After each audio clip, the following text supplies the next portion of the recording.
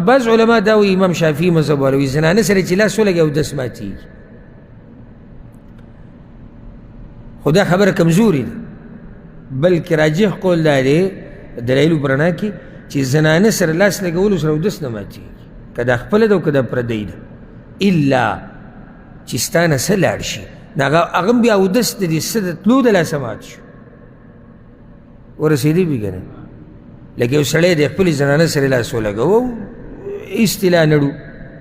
هسې سلام یې ورسره وکړو یا په بله څه خبره کې لاس ولګېد نو ولې دا اودس ماتېږي؟ نو په دې باندې هغوی مضبوط دلایل ورسره په دې باندې نشته، او د امام ابو حنیفه رحمه الله دا قول دی چې دې سره اودس نه ماتېږي، همدا قول مضبوط دی، او دا دلیل دی په دې باندې چې الحمدلله موږ ګورې د خواهشاتو تابعداري نه کوو. بعض وایي دا اهل حدیث چې د امام شافعي په مذهب دی وایي، دا د امام شافعي نه، الحمدلله موږ د ټولو دا مذهبونه منو، موږ امام شافعي هم منو، امام ابو حنیفه هم منو، امام مالک هم منو، امام احمد بن حنبل هم منو، او دا نور امامان هم منو، یوازې دا څلور امامان نه دي.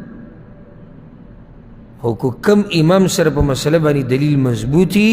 نو بیا د هغه د قول تابعداري کوو، ځکه چې زموږ کار د څه سره دی؟